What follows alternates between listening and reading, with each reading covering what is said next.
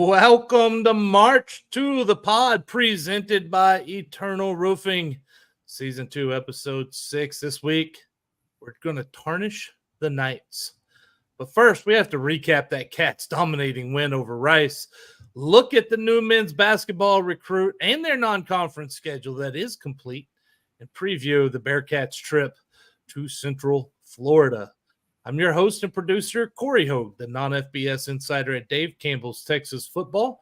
Find me on your favorite social media channels at Corey Hogue Sports. That's all one word, CORYHOGUE Sports. The knowledge of this show is provided by the creator and manager of Sports of SHSU. Again, all one word. On Twitter and Instagram, he's the chief operating officer of the Cat Fund, proud Bearcat alum, Ben Sorrells. And all right, Ben, I keep seeing a certain account on that X Twitter thing that likes to call out who I picked. Before I even answer, everyone picked Rice. Yes, I did miss on the spread. I did miss the game. But I missed on both. It was not a good week for me. But you know what I thought about that game the most? Like what really surprised me about that game? What's that? How dominating they really were. Like, listen, I can hear Coach speak all day long. I can hear you tell me that the team is better. Every year I hear 35 coaches tell me this team is better than last year's, right? It's got to be proven. I'm at that point where I'm so skeptical about it. I've got to see it.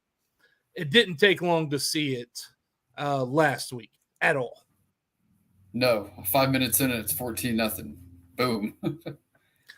Yeah, and we're going to get into that, and we're going to recap. We got highlights to show if you're watching live on Twitter or X, YouTube, or on our Facebook page. We want to say hello and big welcome to you, and you will see some highlights here coming soon. If you're listening, well, you'll still hear the audio. Hey, Ben. It was raining up here. In fact, I think it's been raining throughout Texas lately. Yeah, lots of rain. That's for sure. It looked like they were flooding in San Antonio yesterday. Galveston's got some of that too, I've seen. Ooh, man, I hope the Rev is okay out there. I saw him tweet this morning to get their kayaks out, or for people to get their kayaks out. Oh, yeah. Yeah. You're going to need it, man. You're going to need it. Made me think, though, when I saw that rain, I thought, man, what if there are other people like myself who, when they hear rain, immediately has to go grab a couple buckets to put under some leaky roofs? Oof. Now, I don't have a choice because I live in an apartment complex and they can't find where the leak is for either one. I know someone that could find the leak. But I know people that can, and that is our good friends over at Eternal Roofing, Ben. It is. Yeah, they do it all. Roofs, obviously in the name, but general contracting, Christmas lights, numbers coming up there right on the screen. Producers doing a great job. They definitely do it all. Do not talk about the producer that way. He will show you differently in a hurry. They do. They do. And listen, we're going to tell you a lot about Eternal Roofing today because we are very happy to have them as our presenting sponsor. And the thing is, like, when you give them a call, and if you are watching, you see the numbers on your screen. If you're listening, get your pen and paper ready. I'm going to give you those numbers and an email address in a minute. But they're going to give you free detailed roof inspections, fast professional service. They're not going to give you any high-pressure sales pitches. And everything they do is of the highest quality possible. They do commercial, residential roofing, general contracting services throughout the Hill Country and the Houston area. So give them a call today in the Montgomery County office. You can give that number a shout, area code 936-215-8539. The Hill Country number is area code 830-251-5673. or you can email taylor@eternalroofingtx.com. And yes, I know the numbers, they have Hill Country, Montgomery, they'll cover the state of Texas. We know that. Taylor has told us that for a fact. So give them a call and let them know that you heard about it. Heard about Eternal Roofing here on March to the pod. And Ben, we don't need to waste any time this week, man. Let's get right into these highlights. And we're going to start with Hunter Watson finding Humphreys on a 67-yard touchdown. Throw it again. This time, Watson rolling out, throwing long, has a man. It's caught at the 25, inside the 15, 10-5, touchdown. Quavez Humphreys, the JUCO transfer. I just want to point out that that's 2 JUCO transfers right there. It is. Yep. And Hunter Watson and Quavez Humphreys. And you know what? That play right there, I got to tell you, Ben, I thought of you as soon as I saw that play, because I said, this is what he's been talking about for 2 years. Yes. And I'm so glad it happened. I was so happy when I saw it. It was such a long time in the making. And he was the clear number 1 guy coming out of camp last year. Losing him not even a week before the BYU game was a bigger loss than pretty much everyone could have imagined. I mean, I knew how big of a loss it was, but he practically only played the first half and had almost 100 receiving yards and a touchdown. The 2s and 3s got a lot of run, especially in the fourth quarter and most of the third quarter. So, and that's his first live football game in over 2 years. So he's going to be special this year. He wasted no time. And I'm going to go through this play and kind of talk about it. Watson rolls out to his right. And if you watch this, and I'm going to back it up if you're watching here at home, you see the corner let go. Like they're in a zone. The corner lets go. The safety stands up. The corner probably thinks this safety is supposed to be over the top, but the safety gets a little distracted by the slot receiver. And that distraction is that's all Quavez needed. Because once the corner realized, it was way too late on that play. Right. And I mean, he got open partly because of the coverage, but there at the end, he outran the safety. And Quavez is 6'3", 225. And so he's out there outrunning the Rice safety there to get into the end zone. And the guy underneath that was kind of the bluff or the decoy there was Noah Smith. And rightfully so. If you don't pay attention to him, he's going to beat you as well. Yeah, well, the safety paid attention to him, and, the Cats got 7 points and an early 7-0 lead, and it did not take long before they upped that to 14-0 with a 30-yard interception from David Fisher. Let's listen to what the broadcast had to say. Looking to his right, long throw, picked off, and this is a house call. What a start for the Bearcats. Defensive back play because EJ didn't try to hide what he was doing. The ball kind of floated on him. It stayed in the air too long. Didn't have enough velocity on it. Yeah, no, he did not hide well, Ben. And as we watch this one again, there's a couple of things. Number one, you see the corner. You see Fisher. He read that right away, like right there at the first point before EJ's even hit the back part of his drop. He has read that route and he started to break. He's right now about 6 yards away. As he breaks, it's very important to notice here that EJ helped Fisher out with this because that ball was not accurate. It was about 2 yards further forward than it needed to be. And that was all Fisher needed, man. Yeah, and 2 more things on it. If you go back to the beginning and slow it down, I don't know if you can do that, but Kendrick Dior. I can't slow it, but. Well, right there, you paused it, but if you look, Kendrick Dior is it's a stunt to the middle. You can see he's got a clear shot on the quarterback. If EJ holds that for 1 more second, Kendrick is just going to blow EJ up. And so he might have seen him coming. And then even if EJ puts a good ball on him, I mean, Fisher's going to get there right as he catches it, and it's a 2-yard gain. So did everything you really could on that play right. Oh, he was going to break it up. But yes, and – yeah, if he had held on to it now, we don't know. But, man, that was a wide-open rusher. You moved it 1 more frame ahead, and he's practically right at the quarterback now. Yeah, when he released the ball, he is a step away. Yeah. And so good job there. Hey, that put the Cats up 14-0. At the end of the first quarter, Christian Pavon hit a 52-yard field goal to put them up 17-0. And then in the second quarter, Watson again, and this is a different receiver. It's Ife Adeyi on a 32-yard touchdown. Sam Houston in their second year in Conference USA, trying to come into Rice, who is in their second season of the American Conference, and steal one on opening day. Little play action disguise, downfield, caught! Touchdown Bearcats! And look who's back, Ife Adeyi, his first touchdown catch of the season. And that's what they say, Ife Adeyi provides speed, and you just love what Hunter Watson comes out and does.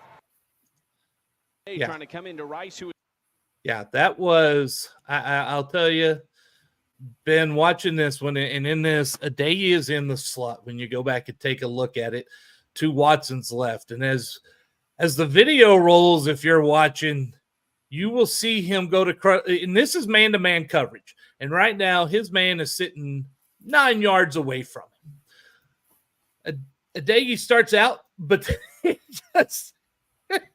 he just blows right by the defender, and that guy had no chance to catch up. He was headed towards the pylon, and the ball was perfectly thrown. That's about as good a touchdown as you're going to see. Yeah, and I mean, it really shows the strength of Ife's game. I mean, he does a lot of things well, but he is one of the fastest players in all of college football. I think he ran a 10.25 in high school. I think was fourth at the Texas state relays, or the UIL championships, whatever you want to call it, in the state at the 6A level. So he's one of the fastest guys in college football, and he will beat you. That's for sure. He did. I don't even like the defensive back. I couldn't blame him, right? Because you don't know if he's going to stop, but he's like, bye, deuces. Right, and then lined up outside of him is Quavez, and I forget the route that he ran, but he might be paying attention to Quavez because at that point, I think Quavez had all 93 of his yards at that point, and so maybe he's peeking over there, making sure he's not coming underneath. And yeah, I mean, between those three, between Smith, Adeyi, and Humphreys, I mean, that is a legit top three. And then you've got Malik Phillips, who had almost 500 yards last year. Simeon Evans made a couple grabs in the second half when he got in there. Michael Phoenix didn't even play a lot. He almost had 1,000 yards at the JUCO level last year. The depth at receiver is really just incredible. It is. And the Bearcats went into halftime with a 24-7 lead, and they didn't slow down in the second half. They opened up and increased that lead when John Gentry found his way into the end zone. Now Gentry, the running back. Handoff to John Gentry, has to bounce it outside, and he'll cruise in for a touchdown. And, yeah, I love the dance, right? I do. I love the dance.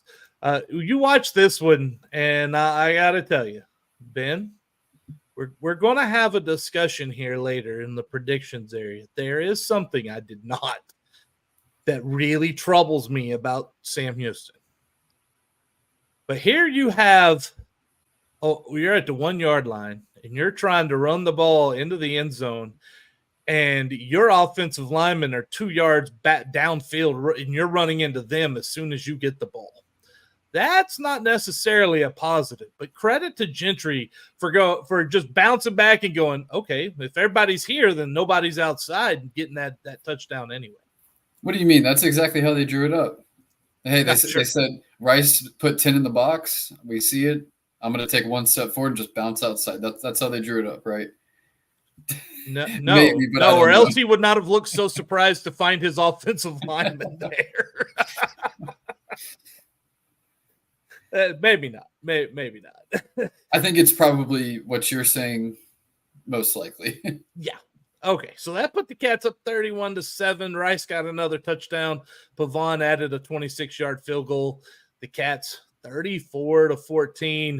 There's another play though that I want to discuss before we get into the post game and really kind of talk about that a little bit. And this is Ife Adeyi.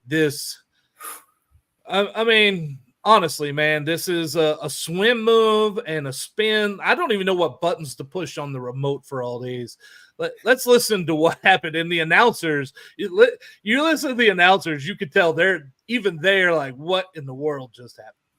Make a play. He has the little sidearm motion, but able to get a lot of velocity out of it. Ife, a nice little deep out route, all by his lonesome. Makes a couple of people makes a couple of nice moves, and is that a smack upside the helmet? That's man, not that's stiff arm. That's something disrespectful. That's disrespectful, he said. Yeah, I mean, he put the burners on to beat that one guy in the first half, and then he does that to you the second half. Oh, right there, the stop. Right, like he catches the ball 17, and let's Rice defender credit him. He's in perfect position to make a tackle, and Ife is like, "Oh, hey man, that's funny," and then he swipes his head with a swim move that is straight out of a defensive lineman's playbook. And then he swipes the next guy into the other guy's legs. And then the Rice linebacker is coming to take him out, and he's like, I see you. And he leaves his feet. Bad idea with Ife. Leaves his feet and dives at him. And Ife hit that circle button, and the rest of Rice was like, man, we just better dogpile this fella. I know. I'm surprised. The first guy, 17, is lucky he didn't get hurt with the guy going into his knees. Yeah, that was rough. What a play. It just shows, man, how do you guard someone like that? I know. And back to a little bit of what you were saying earlier, just kind of the game summary. The second touchdown Rice scored, if you go back and watch it, their fullback false starts, clear as day, just starts moving a whole second and a half before the play. And that was a fourth down play, so could have been 3 points instead of 7 on that drive. And then 3 or 4 minutes left in the game, you botch the snap and hold on a 30-yard field goal, and we miss it. So you could have even beaten them 34-10 or something like that. I mean, it truly was a dominant performance. Well, and then after the game, I feel like Casey Keeler was calling me out a little bit, Ben. Let's listen to what he had to say. Could just start with opening thoughts on the game. Yeah, great win. We talked a lot about, finding a way to win those 50-50 games. We felt this was a 50-50 game. I don't think anyone else in the country felt it was a 50-50 game. I think their beat writer said that they were going to be better at every position on the field. And our guys knew that, and that kind of fueled them a little bit also. But, yeah, I mean, playing a good football team that's coming off a bowl appearance and really, kind of methodically just kind of chewing them down offensively and defensively. I think it was a great win for us. So, yeah, I felt a little called out right there, Ben. I did. Now I know he said their beat writer, so thank you for. But I mean, I'm in that same category. I didn't think that was a 50-50 game. Yeah, see, I did. I had us losing 24-23, and I said I could see it going any which way. We'll sing your praises later, Ben. No, well, I didn't predict us to win, but I truly thought it was a 50-50 game. And, yeah, they definitely use that as some motivation. I got a text from staff member Friday night that said – and that piece was shown that Sam Houston was worse at every position. But, yeah, I heard it was the most fired-up Friday night meeting that staff member has seen in a very long time, and that the team was locked in. And, I mean, they really put it on them there at the beginning, and it showed. Yeah, no, they did. They did really well, and that was a great. And another thing, in the post-game press conference, or in the weekly press conference, Keeler discussed playing 9 offensive linemen, could have played 10 if the starting right tackle had been in there. They had 3 running backs, and none of them were Zach Krabachik, who was the starter last year. They have, just like you already mentioned, the depth at wide receiver. 12 D linemen, 6 12 safeties. D linemen. Yeah, 6 safeties. It's just what they were able to rotate in there against a Rice team that made a bowl game last year. Granted, they're not as dangerous, obviously, but they're not bad. This team has improved that much on talent level in one offseason. Yeah, and not to discredit Rice, too. I think they were picked 6th I think you said in the magazine poll. And then Mike Bloomgren, after the game, said, I still think this is the most talented team I've ever had at Rice. And they went to a bowl game last year, so he still thinks this team is better than what they had last year. So put it on a pretty decent G5 team. Okay, so let's get into it right here, Ben. Did that game change your predictions at all for the Cats for the season? I had the window at 5-7, 7-5. I think it's 6-6, 7, and I think it changes the window from 6-6 to 8-4. For me, I think it just bumps us up one game for me. I had 5 wins, and now I see a path to at least 7, maybe 8. Yeah, I see a path. Not saying it's going to happen. Look, bad things can, who knows? But seeing what they put on the field, seeing the talent level, seeing how improved they are. And when I went back and looked at the schedule and said, okay, right now, what would I have them at? I would bump them up to a bowl game minimum and maybe even likely a 7th win, to be honest with you. Yeah, and I think part of that, too, is how weak the rest of the conference looked. If this was last year's conference where Jack State looks incredible, Western Kentucky looks good, New Mexico State looks really good, I think we're still 6-6, 7-5. I don't know if you get to that 8-win plateau, but, man, New Mexico State barely beaten SEMO, Middle Tennessee barely beaten Tennessee Tech, Western Kentucky, I know it's Alabama, but losing 65-0 is not great. Jack State losing by 30 to Coastal. I mean, it was not a very good weekend for Conference USA outside of Sam Houston. What do you think of a coach losing by 30 and then calling out Alabama for not scheduling them? Wait, sorry, I was reading a text. Say that again. I said, what do you think about a head coach in Conference USA, losing by 30 to Coastal Carolina and then calling out Alabama today for not scheduling them? Yeah, I thought that was very interesting. He said, well, there's 1.9 million reasons to go play him or something like that. Look, Rich Rod is he's Rich Rod. He just is who he is. So, yeah. But a good win nonetheless for the Cats. This week's going to be a little different. We're going to get into that in our third leg of the podcast. But first, I want to let you know that we are a podcast on the Republic of Football Network and an extension of Dave Campbell's Texas Football. Please like and subscribe to the podcast. Follow us on the various social media platforms, including Twitter, Facebook, Instagram at March to the Pod. That's the word March, the number 2, the Pod. All one word, and then you can find us on Threads at the March to the Pod. Would also like to ask you to go subscribe at texasfootball.com/subscribe.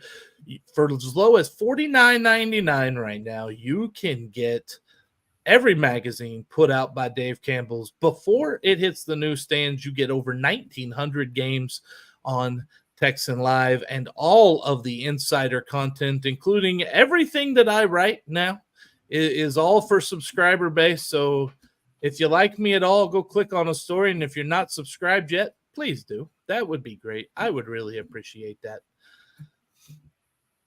And we also want to give another shout out to our friends over at Eternal Roofing.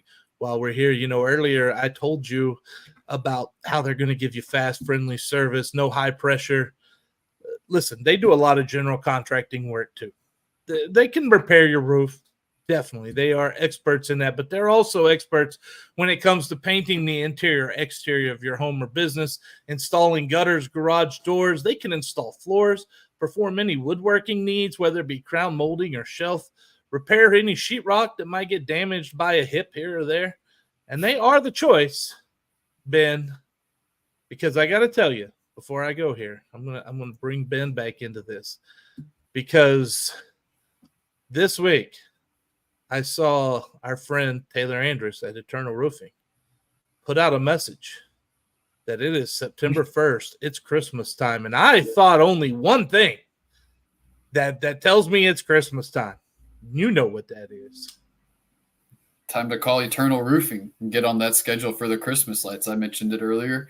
You got to get on it now because it's going to fill up, and you've probably only got 2 more months, maybe tops, to get in there. Yeah. And when Taylor says it's Christmas time, that's what he's referring to. I wholeheartedly believe. So give them a call. Let them know today. Hey, tell them you heard about them from March to the Pod. And when you give them a call, make sure you tell Taylor hi for all of us. And how you going to find them in the Hill Country? You can call area code 830-251-5673. The Montgomery County office, area code 936-215-8539. Or you can email Taylor directly, taylor@eternalroofingtx.com.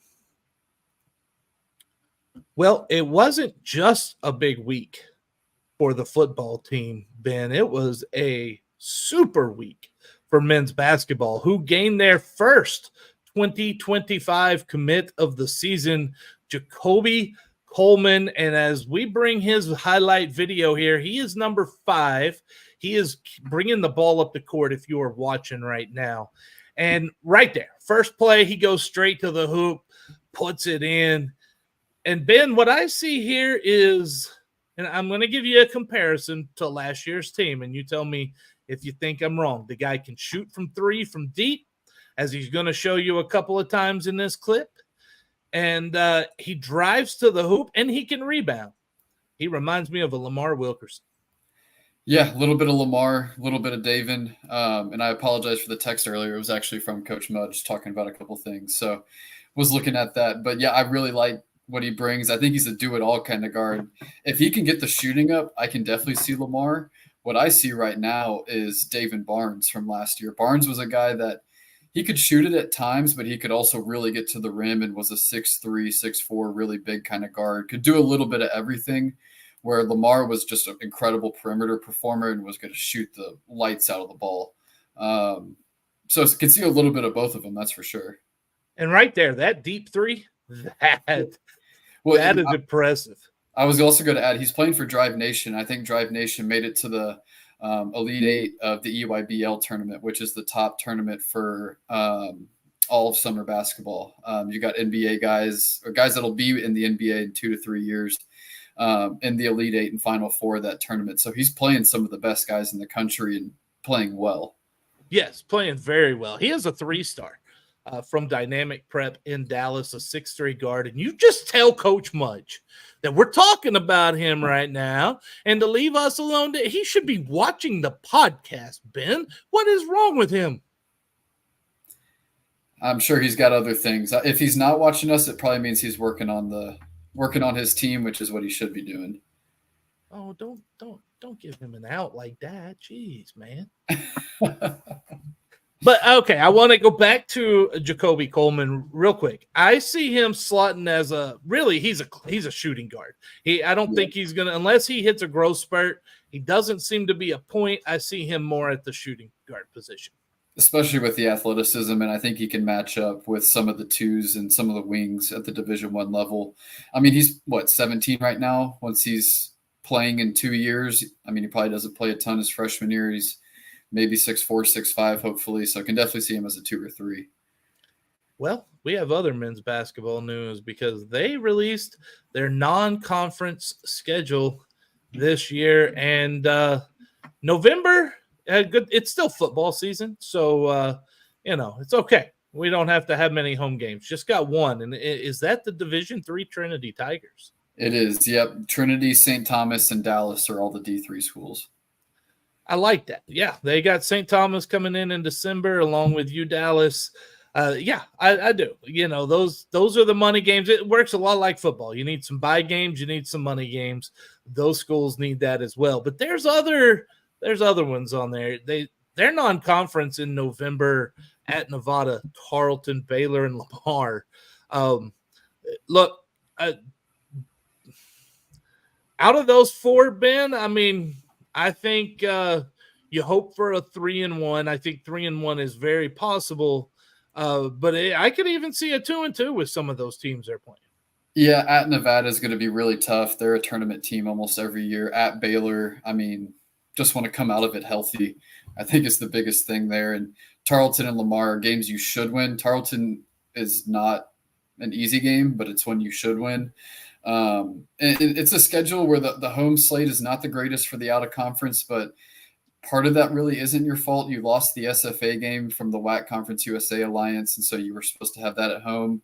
You're also supposed to have Pacific at home, but it sounds like something happened with the contract there. So I know there was a coaching change there, I think, so that might have been part of it.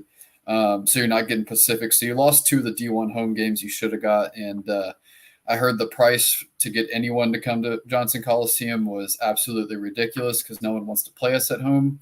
This is probably the most talented roster Sam Houston's ever had, and we've always been good at home no matter what team we've had. So, nobody really wants to play us at home, but shout out to Texas Southern. They're always willing to play somebody and get a little bit of a paycheck, and they schedule very tough. So shout out to Texas Southern. No, they do. Texas Southern, in fact, their basketball team non-conference schedule has a lot of it supports the entire athletics program in a lot of ways because they play a lot of big-time money games against the toughest teams in Division I. And they're a good team too. They're a tournament. Yes, they win the SWAC a lot of times. Yeah. I mean, it's a game you should win, but it's not one that you can just kind of sleep on them. I mean, that is a quality Division I home game, so it's good you got at least one of those. And then at the end of November, they go to Wilmington, North Carolina, which is a place with a really nice beach right there where Roy Williams has a house.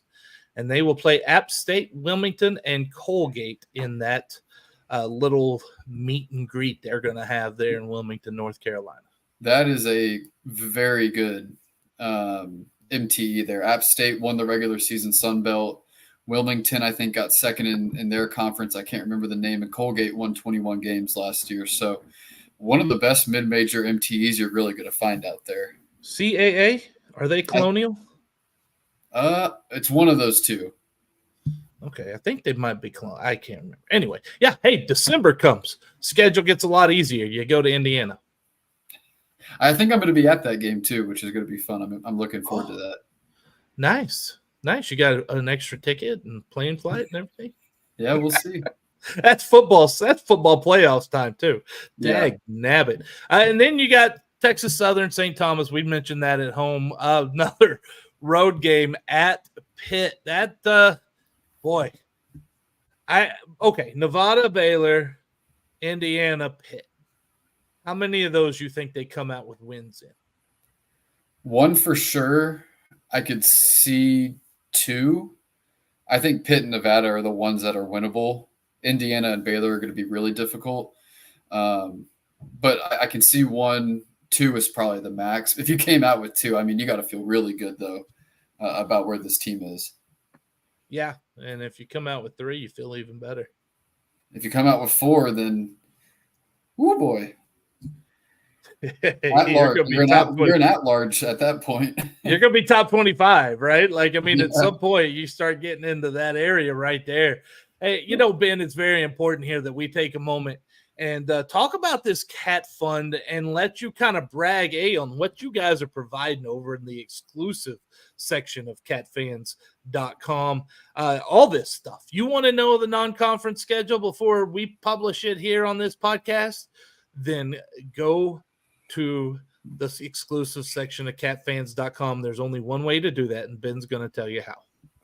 Yeah, cat-fund.com, as little as $10 a month. You can sign up and support these athletes at Sam Houston. And continuing with the content, we announced who the starting quarterback was about a half hour before it went live publicly.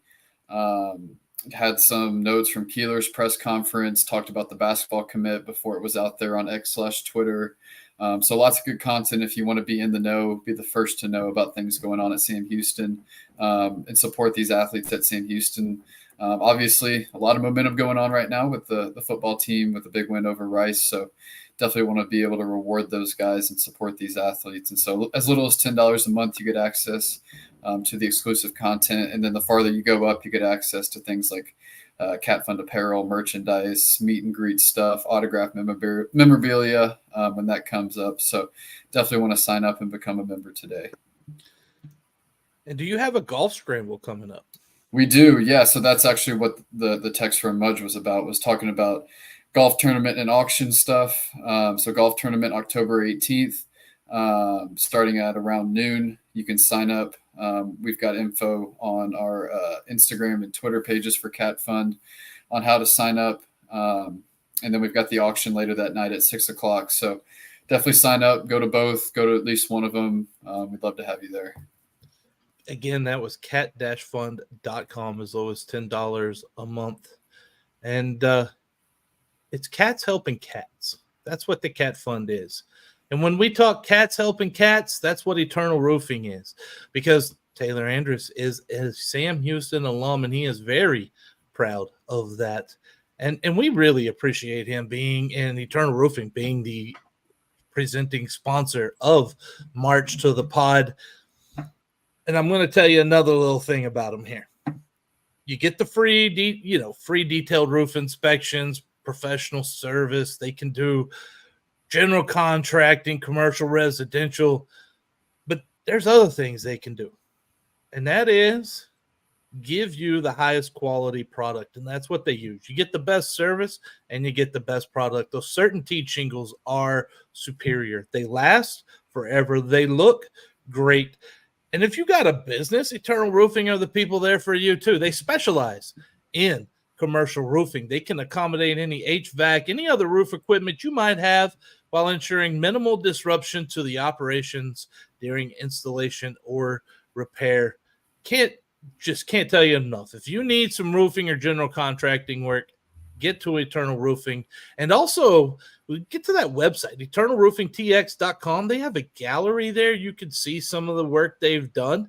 Definitely give that a look and get a hold of them. While you're there on that website, you can email Taylor at eternalroofingtx.com.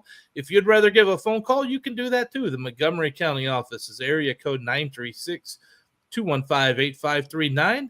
And the Hill Country office is area code 830-251-5673. And don't forget to let them know that you heard about them right here on the March to the Pod. Okay, this is the time people are waiting for. All these people who want to bag on Corey. What's Corey going to say today? What we going to do today, Ben? Well, first off, time to preview the Knights. And before we preview the Knights, we're going to listen to what Casey Keeler had to say about them in his weekly press conference. Starts up front, good sound offensive line play. A quarterback who is a threat to run, downhill. I mean, he is a downhill guy now. He's probably 6'4", 240 or whatever he is. And then, they got like 4 guys who are really talented. And, my young defensive coordinator worked with Gus at Auburn, Skylar Cassidy. And, I'm watching the tape and I was surprised just how fundamental they were instead of gimmicky. And he said that's, what he took away from Gus when he worked for Coach, that like fundamentals. And you can see they're just so well coached. And then, they get you kind of looking for that inside zone, then all of a sudden inside zone, they got a reverse coming off of it. And they're running the jet sweep, then it's a jet sweep pass. I mean, so he sets you up. And, he's done this a long time at a very high level. And, if you look at some of the guys he has on that staff, they're real guys. They are real guys. This is it's a pretty impressive group. And so, we know what we're signed up for. And this is a team that has a lot of confidence, our team. Obviously, it was a good win over Rice, a game that we handled pretty easily. And again, a game where I think one of the guys from Fox who has a podcast had it as his lock of the week. Sam Houston is going to lose by more than 10 to Rice. They had Rice minus 10. And so, I think people were surprised, but we weren't surprised. We think we have a good football team, and we know that we're going to be playing a different animal when we go to play Central Florida. Also, just a different atmosphere too. I mean, obviously the bounce house is going to be rocking. It's a Saturday night in early September. College football's back. doesn't get better than that, and I think there'll be a great crowd out there. That was head coach Casey Keeler on Central Florida, and also with another. I don't think he was listening to the doubters last week at all. I don't get that sense. No, not nobody on the team was. They knew what they had. Well, when I say that, like he keeps Fox podcaster, like this dude's like, it's like he's Googling every night who's saying something about it. That was the Bear who used to be on College Game Day. Now he's on, I think, Fox Big Noon Kickoff. But yeah, that was his lock of the week. That's how he opened his week 1 show. Is Sam Houston's going to lose by more than 10? Listen, don't. Yeah, well, that wasn't a lock. That's all I'm going to say. No, even if it was Sam Houston minus 10, I mean, goodness. I feel like Keeler gave us a really good preview of UCF right there. And I want to kind of break down a little of what he said, because he's right, man. Gus Malzahn, you could talk trick, you call it whatever you want. Trick plays, it's misdirection. It's getting your eyes. You think you are confident that you've seen this enough, you know what's coming, and that's when he's going to burn you. And he's constantly watching. So the key this week is going to be discipline on defense, especially in the defensive backfield, because that's where you get burned for the big plays against the Malzahn offense. It is, yeah, and they've got a lot of weapons, especially in the ground game. Very interested to see what KJ Jefferson at quarterback for them looks like. He had a very bad performance passing the ball against New Hampshire. Obviously, he's 260 pounds and can run it. But I'll be interested. He's never been a good passer, though, Ben. But he was just on another level bad against New Hampshire, which was he was bad at Arkansas, I'm just going to say. I mean, he was 7 of 14. I think he was 0 for 8 to start. I think he had 1 or 2 interceptions. One interception, he had a guy wide open. He just threw it 5 yards in front of him right to the defender. It was bad. And another thing to watch that I haven't seen a lot of people talk about, but there's a 90% chance of rain that day. And it looks like a lot of that is in the afternoon and evening. So we'll see how that plays into things. Well, we will. Yeah. It is what it is. So let's take a look at what the betting line says, what Vegas says from actionnetwork.com. And when you take a look at this, Ben, Sam Houston opened as a 25-point dog. Now it's down to 22.5. That 22.5 to 23, I saw mostly around there. The over-under is set at 57.5, and Sam Houston is plus 1,000. If you pick Sam Houston to win, that would return a lot of money for you. The weather forecast, according to this Action Network, says 84 degrees, 20% chance of rain, and wind 4 miles per hour. So we'll see how that plays out. Also, on your screen, if you're watching, you can see that the public has bet with Central Florida 62% of the time this week, which is actually really good news for the Cats, because 64% of the public was picking Rice last week. So I was one of that 64%. I just want to throw 64%. That's more than 50. It is. But I was still wrong. And see, that's what this is what I want to tell you, Ben. I'm all right being wrong. I'm perfectly okay with that, because I am so glad to have watched that team just dominate Rice that I am looking forward to watching more of their games. It wasn't that way for me last year sometimes. Especially early. Early. It was hard to watch sometimes. It just was, man. Yeah. And, I mean, we'll see what happens. I mean, I just looked at the weather. I mean, I don't know why I'm bringing that back up, but the rain chance is down to 70%. So hopefully that helps. Who knows? Yeah, I mean, it's going to be – I think this is the best team Sam Houston has played since probably Texas A&M opening week of 22. I mean, it's a big physical team that wants to get downhill on you, really run the ball. And Keeler talked about it in his press conference. I think one of the biggest keys to the game is how you perform on first down on defense. If you can get them in 2nd and 8, 2nd and 9, It might force them to pass the ball, which is clearly not their strength. But if they're in a bunch of 2nd and 2s, they're just going to run all over you all day. So that's definitely one of the keys to watch for me this weekend. Okay, so we're going to recap right now before we make our predictions here where we stand. Last week, the Cats were +10 with an over-under of 48.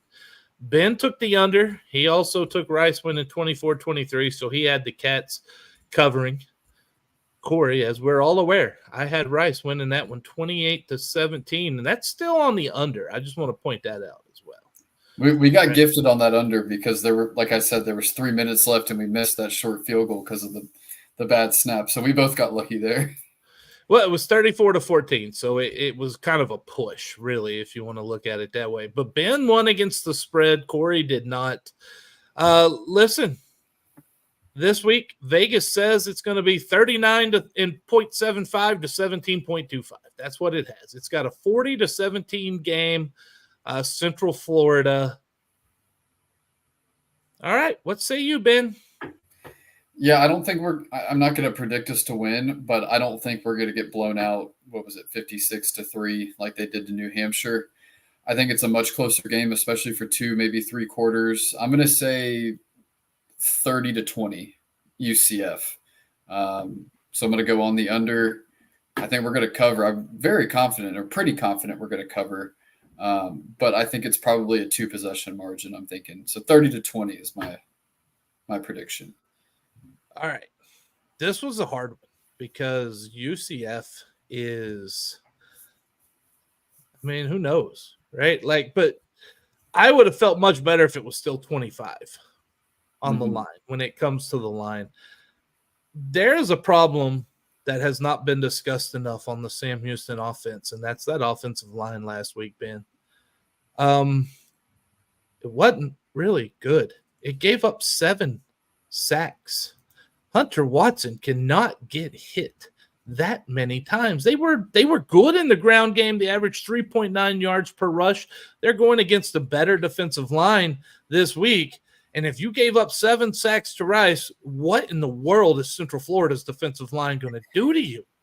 Yeah, right? yeah, it was definitely a concern. I think there's 2 things there. You're getting Orion Irving back at right tackle, which I think is going to be a big help. And then the second one, Keeler, one of the things he said they wanted to work on was Hunter Watson held the ball way too long 2 or 3 different times, and you could see it on film. And so not that 4 or 5 sacks is good. It's better than 7, but hopefully him getting some more reps, getting rid of the ball a little quicker and getting your right tackle back can help to where it's a little bit better this week.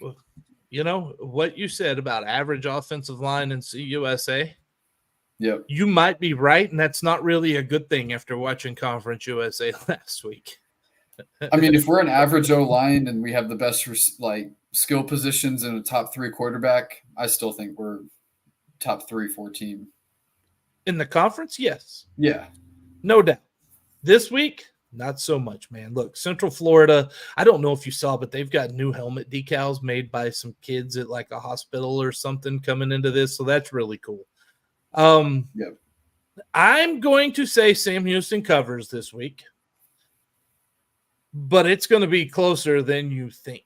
I have Central Florida 35-13. And the reason why I don't give more than 13 points is that offensive line. I'm really concerned about what Central Florida is going to do to that O-line after watching last week.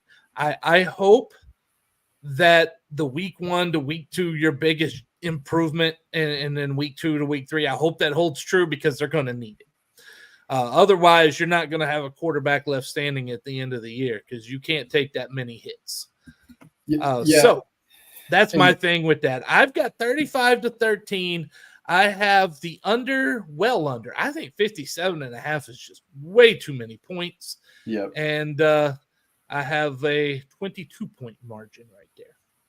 Yeah, and 2 things on UCF. One is last week they had 0 sacks against New Hampshire. So, I mean, that is a positive sign for Sam Houston that their defense really couldn't get much pressure against New Hampshire. And last year, I was looking at their schedule. I know they've improved some from last year, but this was a team that was very streaky. I mean, you beat Oklahoma State by 42, and then you go lose to Kansas by 30 on the road and you lose to Baylor at home. And then you beat Kent State by 50 one game. And so they're a little all over the place, it seemed like last year. I don't know if that'll translate to this year, but could be something to watch. I mean, Baylor was not very good last year. Texas Tech was not that great last year, and dropping some of those games, but then going to beating Oklahoma State by 42 on the road. I don't know. They just feel a little up and down. So hopefully we catch them on a down week. What you just described is their head coach, Gus Malzahn. Yep. He won a national title. I believe that was Auburn, right? Yeah, with Cam Newton. Cam Newton. So basically, he was Cam Newton led to a national title. Look, I love his offense. He's an offensive mind. I've always thought he would be much better as an offensive coordinator than a head coach because the team does resemble him. It is up and down. Yeah, so we'll see. Maybe we catch him. I mean, he had a lot of high praise for Sam Houston in his press conference, but maybe we catch the team napping a little bit. Got to jump on him early. Got to force turnovers. Got to keep Hunter Watson upright. Tackle well. Be good on first down defensively. I think if you can do those things, you got a shot. But it's an uphill battle. We'll see what happens. Yeah. So, just to let people know, why are these podcasts going just a tad bit quicker and getting under 1 hour? It has nothing to do with anything our wives have said or anything like that. I have a puppy, and she has flipping standards, Ben. You got to meet those standards. I got to meet those standards. And when Sunshine the 4th says, Dad, it's getting close to 5 o'clock, and I don't have my food yet, and then she starts sitting there and then just staring at me, you better get up and get some food pretty quick, my man. Our wives won't say it, but she will. That's the thing, man. She's a little princess, a little diva. She prances around. I'm like, she fits perfectly into the family, dude. She just does. Oh, yeah. Drama queen. Yeah. Oh, yeah. Like all of us, man. We had a little fight yesterday, but we made up. It's okay. You still kept her. You're going to feed her at 5 o'clock. I'll feed her. Normally, her feeding time is between 4:30 to 5:30, but when it starts reaching 5, like right now, she's underneath my feet. And so she's like, hey, I'm here. Did you forget about me, Dad? Fun times, man. Surprised my cat hasn't come in here and started meowing at me because 5 o'clock is his feeding time. Man, we are owned by our animals. Not our wives, but the animals. The animals. Hey, for those wondering today, if you were watching, that is the Philly Fanatic. This is the Philadelphia Phillies batting practice hat. I saw that hat, and I did everything I could to find that thing, and finally found it in my size. So another one to the collection, Ben. I mean, as soon as that came on, the very first thing I asked was the hat. Yeah. Yeah. This one, see, I don't buy a lot of major league teams' hats. They're boring in a lot of ways, right? But I give them credit, man. This is a good one. It is. It's a really good one. You said the batting practice hat. That's what it is. Yeah, it's the batting practice hat. So, and it sells pretty fast, as you can imagine. People are liking this hat. I actually saw it on MLB Network. Yeah, I still got to wear my Quad Cities River Bandits jersey on the podcast. Yeah, hey, I don't know what's stopping you. It's not me. It's me, obviously. It's you, yeah. It's all you, man. Hey, Ben, thank you so much, man. Appreciate you joining this podcast again this week. This is always fun, and we gave a little banter at the end this time, not at the beginning. Yeah, we saved our, Little League Baseball for a while, and we finally got off Little League Baseball. We did. I got to tell you, I think it worked out well. It adds another element to the game from a manager's perspective, too. It does. It really does. I think, it played a role. It played a role in some of those games, especially as like the Texas team got into the U.S. finals and stuff. Right. And the finals was incredible. Oh, what a great game. What a great game. Well, we will be back next week, 4 o'clock. Same channels, hopefully. Twitter, Facebook, and YouTube. We will be back, God willing. Hey, we got some before we go. We got some more comments here. Joe Chase says that Hunter will get rid of the ball faster. Good. I'm glad to see that one. Let's see. The goal is to cover, collect a check, and no injuries, and comes back to Huntsville healthy this week. That's what SHSU Abzulu said. Yes, I see that. And then my wife believes that people want to see Sunshine the Fourth on the video. Do you think the people want to see that, Ben? I mean, I think so. Somebody's asking for it, even if it is your wife. Well, look, you want to know. Sunshine is the princess. But there is a queen in this house. That gummit. Sunny girl, come here. You can come up here. Come on. You ready? I think she made an appearance last week. Did she? Very brief. Well, here she is. This is Sunshine the Fourth, and so now she doesn't speak a whole lot. Are we getting fourths and fifths, or fifths and sixths? Okay, so I will give you. Oh no, I'll give you a little bit behind it because I get asked that a lot, obviously, because like, okay, have you had 3 other Sunshines? No, this is the only one I've had. But Canine Companions is the company that gives me this. This is my service dog. She is a PTSD service dog. She's got a lot of things she does for me. She helps stop my anxiety, interrupts my nightmares. She can pick up things. She could turn on lights. She's giving me kisses right now while I talk about her. She's got so many different things that she does. She provides me space in public settings when it's really crowded. Space in front of me. She could be behind me and provide space. When grocery shopping, nobody sneaks up on me. Things like that. So she has been just a huge blessing. And Canine Companions is an outstanding organization. But these dogs are bred in California, and they are named by Canine Companions. And so there's a list of names submitted for the litter. She was the oldest of 7 in her from her mom and dad. She is a Lab Golden Cross. And they thought about making her a breeder because she is just such a great puppy. And thankfully, they did not. They made one of her other siblings a breeder.